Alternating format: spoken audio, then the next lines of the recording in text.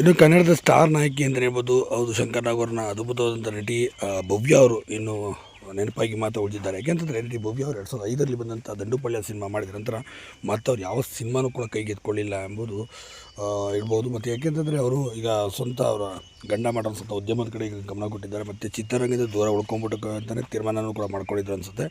ಇದೇ ಕಾರಣಕ್ಕಾಗಿ ಅವರು ಚಿತ್ರರಂಗದಿಂದ ಸಂಪೂರ್ಣವಾಗಿ ಕೂಡ ದೂರ ಉಳಿದಿದ್ದಾರೆ ಅಂತಲೇ ಹೇಳ್ಬೋದು.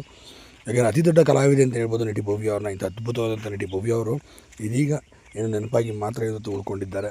ಸುಮಾರು 300ಕ್ಕೂ ಅಧಿಕ ಸಿನಿಮಾಗಳಲ್ಲಿ ಅಭಿನಯಿಸಿದ್ದಾರೆ. ಕನ್ನಡ, ಹಿಂದಿ, ತಮಿಳು, ತೆಲುಗುನಲ್ಲೂ ಕೂಡ ಅಭಿನಯ ಮಾಡಿದರೆ ಗಳಿಕೆಯವರಿಗೆ ಸೇರ್ತದೆ. ನೋಡೋಕ್ಕೆ ಕೂಡ ಹಿಂದಿಯೂ ಕೂಡ ಅಷ್ಟೇ ಹಾಟ್ ಆ್ಯಂಡ್ ಬ್ಯೂಟಿ ಬೋಲ್ಡ್ ಅಂತಲೂ ಕೂಡ ಹೇಳ್ಬೋದು.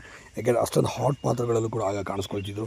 ಇಂಥ ನಟಿ ಭವ್ಯ ಅವ್ರನ್ನ ಕಳೆದುಕೊಂಡಂದರೆ ಚಿತ್ರರಂಗ ಸಂಪೂರ್ಣ ದೂರ ಮಾಡಿಕೊಂಡು ಇವತ್ತು ಇನ್ನು ನೆನಪಾಗಿ ಮಾತ್ರ ಉಳಿದಿದ್ದಾರೆ. ಅವರೇ ದೂರ ಉಳಿದಿದ್ದಾರೆ ಅಂತ ಹೇಳ್ಬೋದು.